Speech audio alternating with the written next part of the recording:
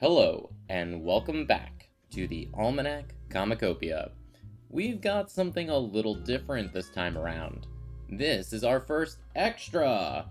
A video series showcasing select out-of-continuity comics published by DC before the modern age. Oh, yeah.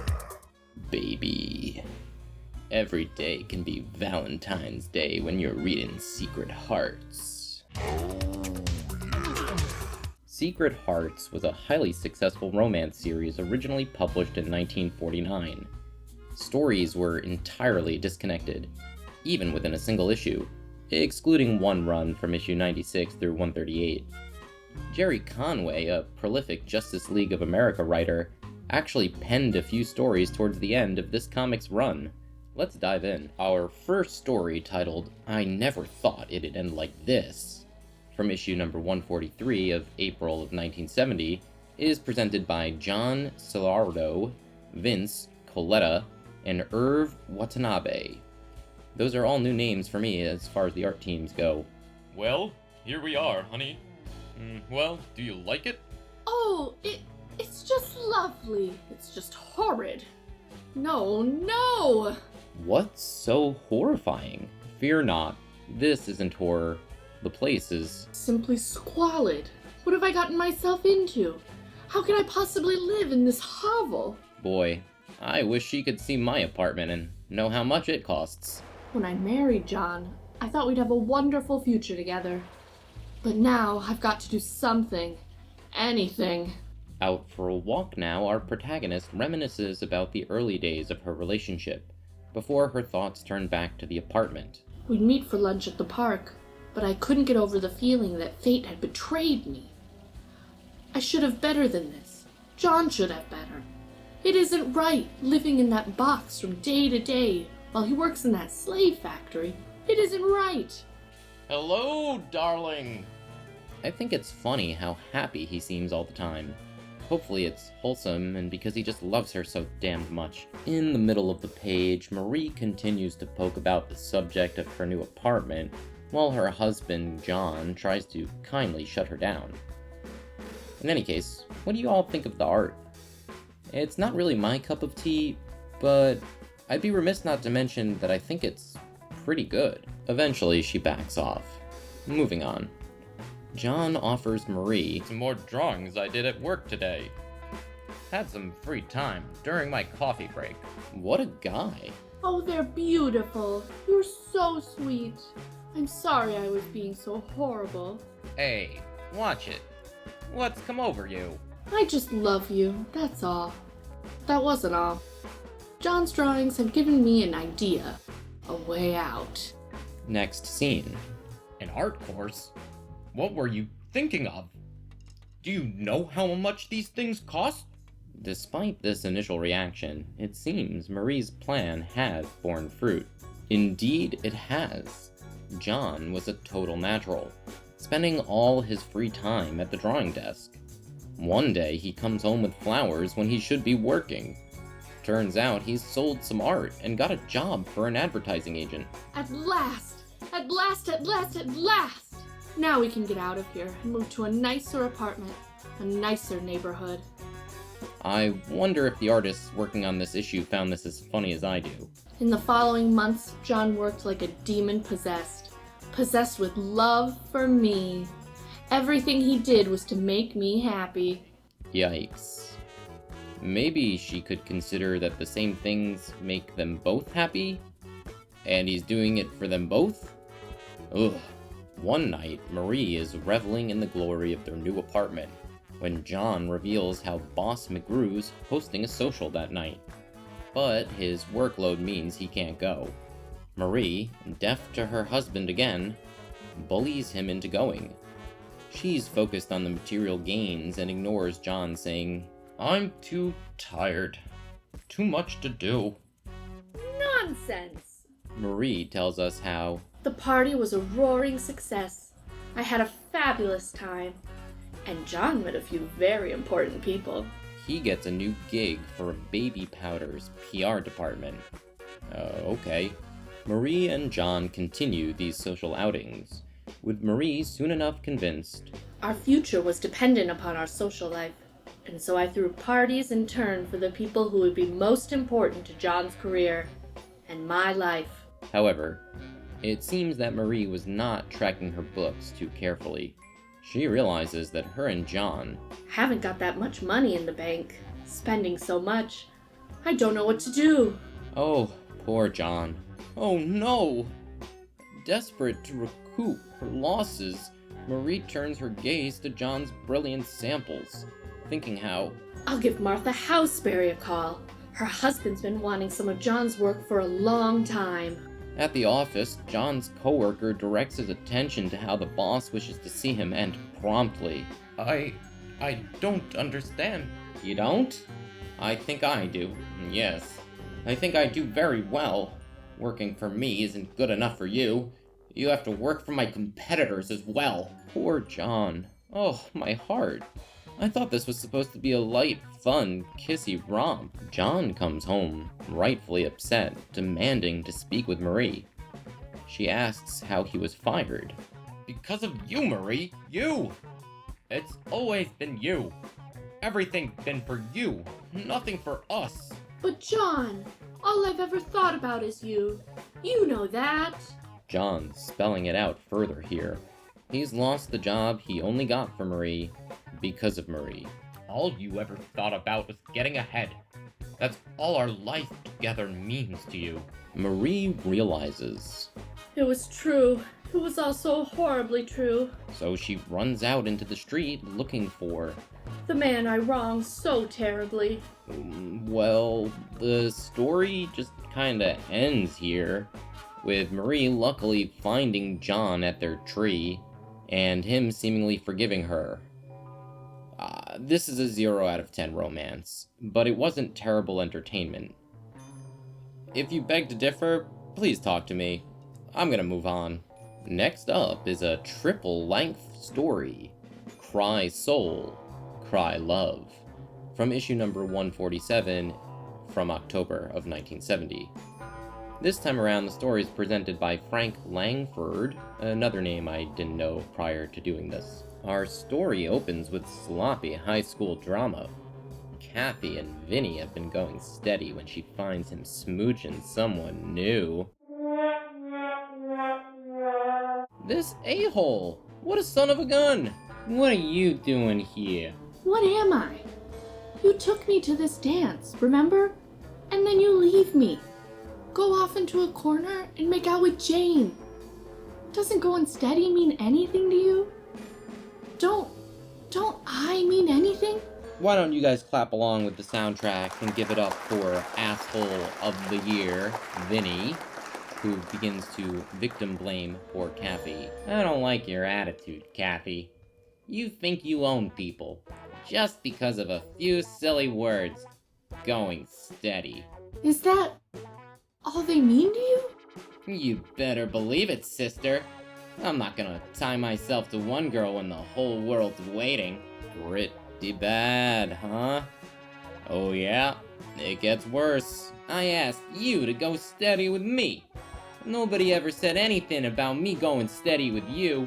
Back at school, Cathy is paranoid everyone knows about her. Unfortunately, she isn't wrong.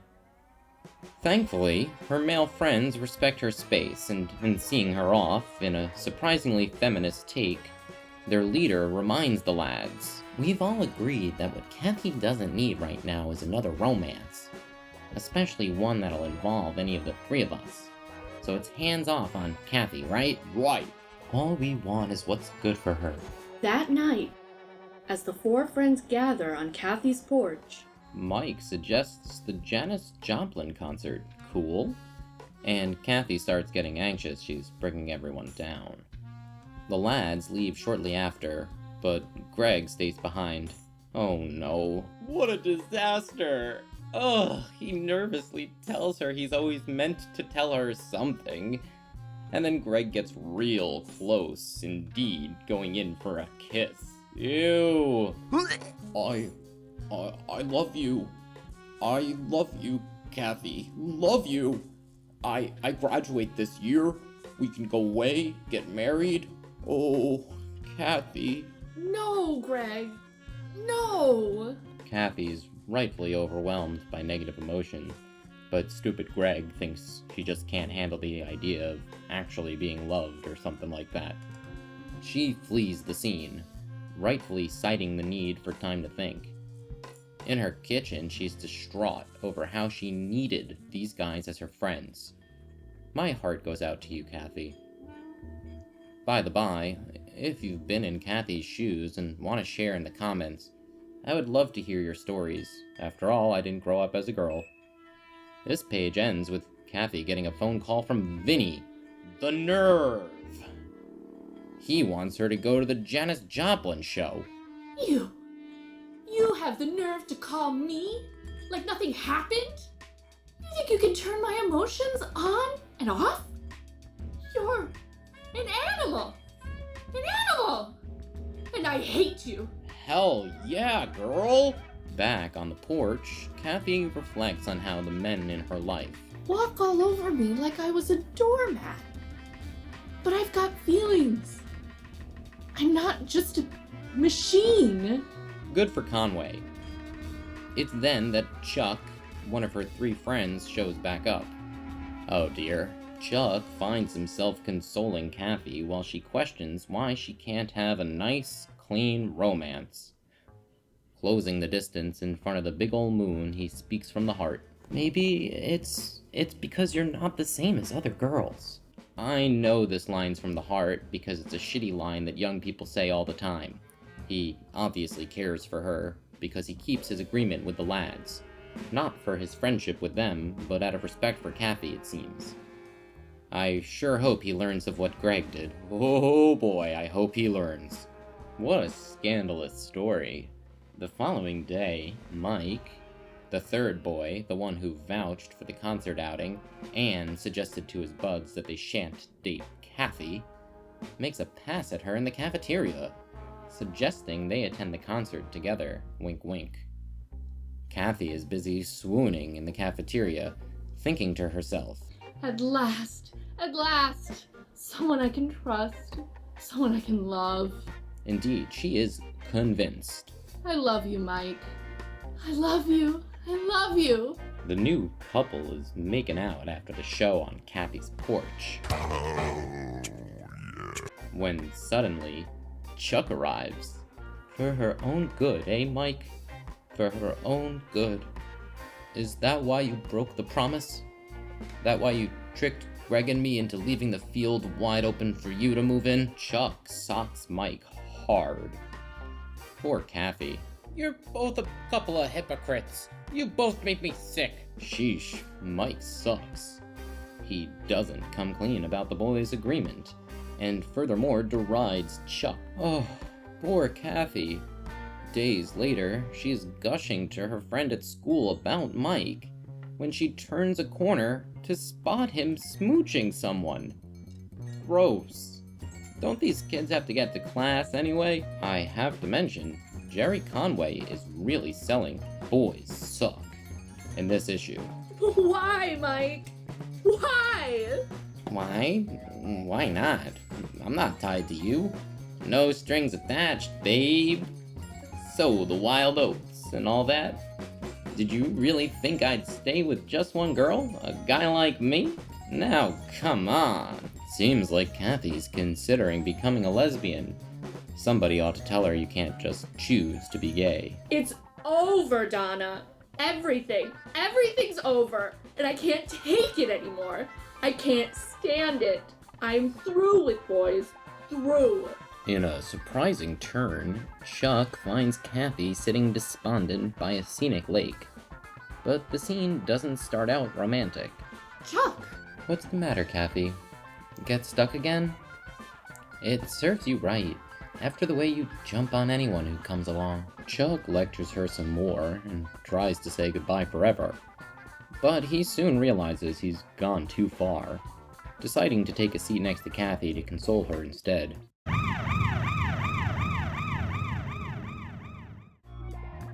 Hey, don't cry. Don't cry. I'm sorry, honey. Please, Cathy. Don't. Is this Conway doing a great teenager, or is he just fumbling here? I can't tell. Everything I do is wrong. All my love goes to the wrong people. All I ever wanted was someone. It's no good, Chuck. No good. I'm a jinx. Our love would never work. He tells her they'll try. So much for goodbye, right? Maybe you found your man, Cathy. Maybe. Aha! Part 2 starts out with the same beginning as Part 1.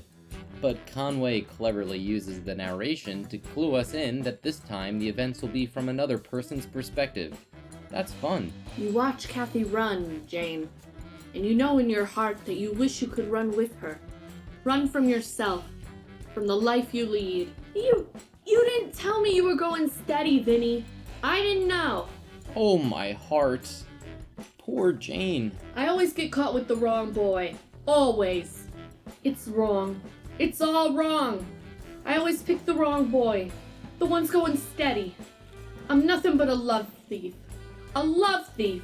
Jane mirrors Cathy's following school day, in that she's paranoid everyone knows about her. Her self-talk gets real negative. They're so terribly right.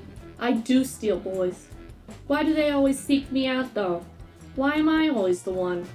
Why can't it be someone else? Lost in thought, she turns a corner and bumps into a boy, knocking all his things on the floor. Ooh! You look at him, and the battle's over before it begins. He's got your heart. What's the rush? Class doesn't start for 5 minutes. My name's Dave Andrews. What's yours? Jane. Jane Austen. This may not be the most original way in the book to meet a girl, but it works nonetheless. Are you doing anything tonight, Jane? New boy Dave controllingly tells her that she won't be free after all, since they're going out. Jane seems pleased enough, but ew. That night, they go to a fair and make out on the Ferris wheel, as teenagers do. Jane's beside herself with joy. Soon enough, as they walk about, Jane feels everyone's eyes on her still. Dave tells her he's going for a soda. While he's gone, Jane overhears 2 girls gossiping about how Dave is Judy's steady. Oh, poor Jane. Jane does not try to dialogue with Dave. Who could blame her? Instead, she yells at him that all men are alike when he returns with his soda and popcorn. She rapidly flees the scene, ending up in this hall of mirrors. Jane essentially has a nervous breakdown in the hall and collapses. Clatter. Clatter of footsteps. A voice from an eternity away. A voice of lost love. Jane? It's Dave. He explains that Jane doesn't have the whole story. I was going out with Judy. We liked each other a lot. Last night we had a terrific argument. A real falling out. And we broke up. Vinny. Ando. Well, maybe Dave isn't so bad. He accepted Jane's emotional outburst and was kind in his explaining about his situation. Jane greedily kisses him as part 2 ends. Our last part is about Vinny. Surprise, surprise. Cathy runs off, and you watch without emotion. She was just like all the others. Right, Vinny? Just like them. Jane abandons him, same as last time. Now, alone at the dance, Vinny stews something awful. It's always the same, isn't it, Vinny? All the girls, all of them, wanting to get their hooks into you. Always the same. Who needs them? Just when the going gets good, they have to start getting touchy. Have to start that steady junk. Nobody tells me what to do. Nobody runs my life. One thing I don't want is a pushy girl. That's all I ever get. I'm gonna be pissed if Vinny gets a happy ending, Conway. Just as he goes to leave, he spots someone utterly stunning. Yeah. Vinny introduces himself. Gail then tells him how he's The first to say hello. all night. They get to talking, and after a short time, Vinny pulls a classic. Say, it's getting rather stale around here. Would say I give you the professional escort home, Vinny and Gail make out a bunch on their walk home. Yeah. And without a modicum of self-awareness, Vinny assures himself that she can be more than just a girl. Ew. Stupid Vinny is upset that Gail told him Ta-ta, love. as a goodbye after they made a boat date for tomorrow. Love? Pushy. I don't like claws. Can't stand getting attached. Then what did you mean by more than a girl? The couple's romantic boat ride goes swimmingly, with the duo pulling up to a secluded grassy area for some quality time. Cool breeze caresses you as you run your hand through her hair. She laughs, and you feel something swell up inside you. I just remembered. Vinny calls Cathy in part 1, so I think we're in the clear for that happy ending not happening. Yes. Am I being too hard on this guy? He's only a high schooler after all. Gail opens up, telling Vinny how he's 1 in a million, you know that? I've never met a fellow like you. You really get to me, Vinny. You're different. I can care for you, Vinny. Love you. Look at that expression on his face. Sheesh. In response, he declares, we're going back. But why? The boat's rented by the hour. I've got hay fever. I'm tired. It's hot. That's reason enough. Vinny is insufferable. This must be what prompts him to call Cathy. Not just insufferable, this guy's an idiot. You have the nerve to call me? Like nothing happened? You think you can turn my emotions on and off? You're an animal! An animal! And I hate you! I gotta give it to Frank Langford. Some more fantastic art in the second panel. Is it just the design of the guy's clothes? Is it the angle? Is it the exclamation point doing a lot of work? What do y'all think? Do you even think it's good? Asshole Vin avoids Gail for a whole week, finding himself thereafter at a friend's party. Who's the kid in the mini? Wind yourself up, doll. Vinny's coming to turn you on. Excuse, please. Are you here alone, or do I have to fight someone off? Oh, you startled me. Thought I was alone. As you can see, you're not anymore. Oh, I guess I don't have too much of a choice, do I? Not a chance, my dear, not a chance. Your fate is sealed, signed, and soon to be delivered. Come hence, my beautiful friend. As the two get closer, Gail saves the day. I thought I'd find you here, in the arms of some girl. I found out all about you, Vinny. New girl Susan is upset. I didn't know you were going with some other girl. Leave us alone for a few minutes. Your friend and I have something to discuss. Vinny protests, but she won't have it. She has lots to say to him. Lots that you won't want to hear, but that you're gonna hear. Now, what is wrong with you, Vinny? What are you trying to prove? That you're a man? That you can get any girl you want? That you can make and break a girl's feelings? Go, Gail!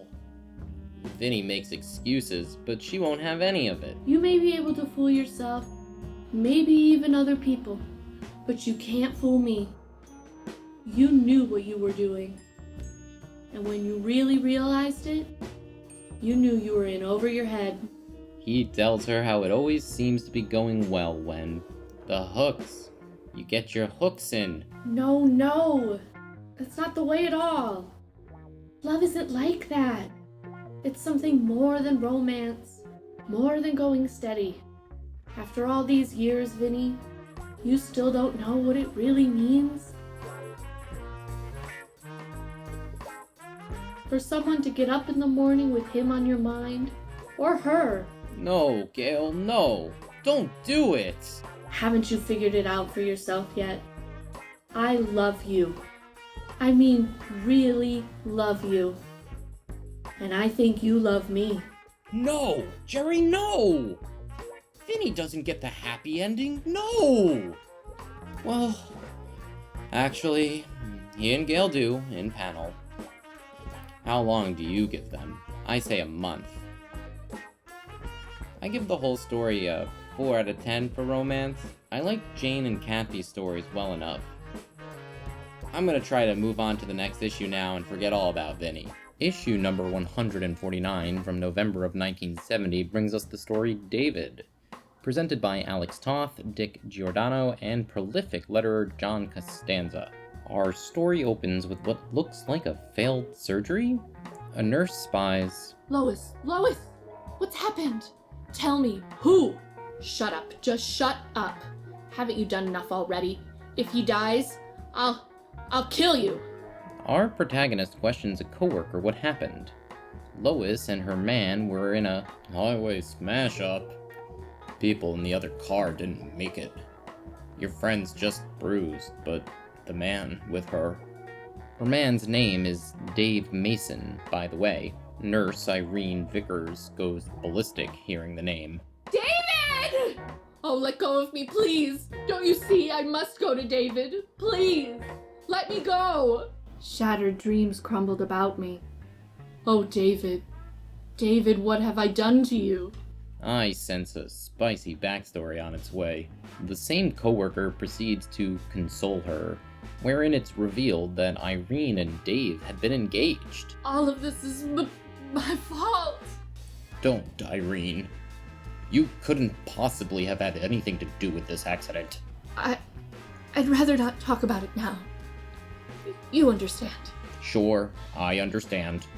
If you need anything, Irene, call me. Anything? What about David? Can anyone bring him back to me? Oh boy, she is losing it.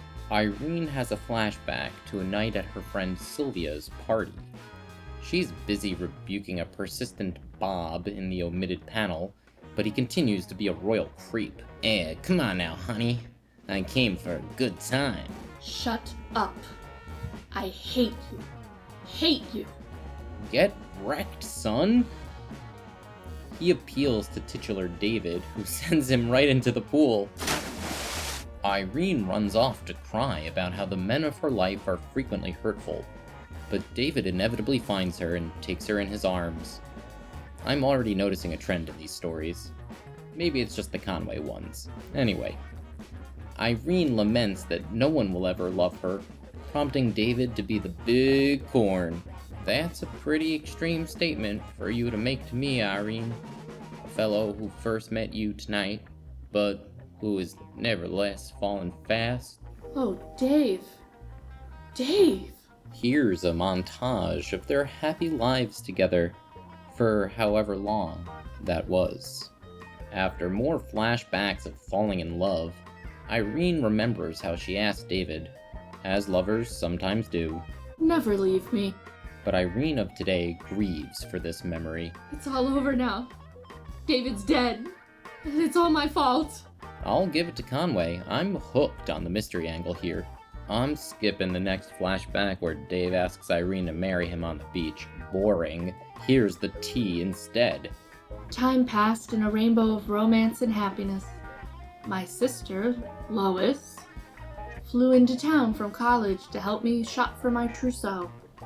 What a thrill it was for us. My sister, Lois, my sister, Lois, my sister, Lois. One day, while Lois is visiting, my world came crashing down about me through an accident of fate. Davy, dear handsome Davy.